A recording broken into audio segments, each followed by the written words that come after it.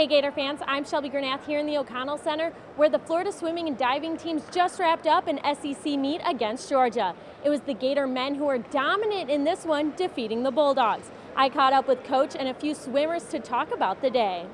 A lot of good racing. For the 1st of November, there's some real world-class performances. It was good racing. It was a fun meet. It was just another checkpoint on the way to NC2A's, our taper meet. So I think we did pretty well. It was a lot of fun racing, and I'm just looking forward to the next meet. I thought we swam pretty well as a group. We were definitely behind each other in the cheering, and it was a lot of fun. The number 2 Gator men defeated the number 6 Bulldogs by a final of 179 to 119. Florida won 11 of 16 events, putting them at 2-0 in the SEC. Brad DeBoard was especially good today. He was kind of dominant in the sprint events, and that's a little bit hard to do.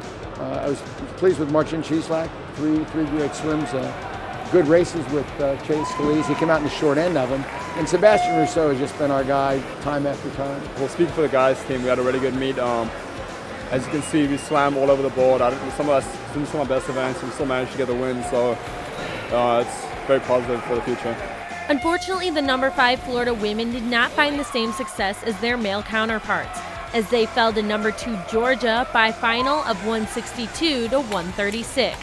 However, they won 9 of 16 events. We were really pleased with the girls' efforts. I'm proud of the way they stood up. This is 2 back-to-back meets with teams that are real deep and real talented. Georgia, we raced them well. We're a little bit slim depth-wise. And Georgia, to their credit, they raced you tough. And they're -3 girls. They've got a couple girls who aren't here today, so they're even better than what they showed.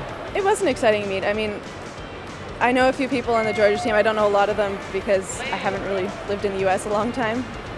But it was nice to see how well the 2 teams raced against each other.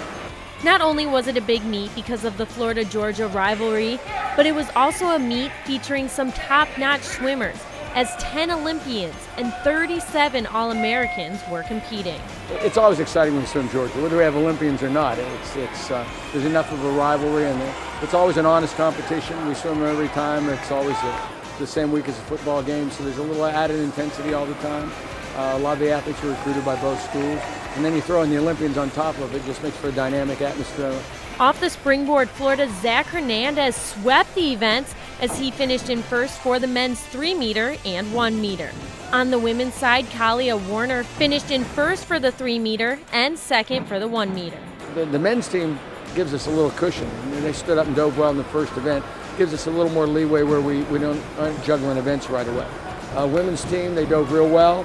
Kayla came very, very good the second round of diving and kept us in the meet. So we were glad that the women's meet was as close as it was, and I think the divers helped contribute to that. The Gators will turn around and have another home meet next week as they host Alabama. Another chance to defend their home pool. It's important for us in our home pool to beat whoever comes to here, and Georgia's a really good team, so we're just happy to beat them. Oh, it's just so much fun racing here.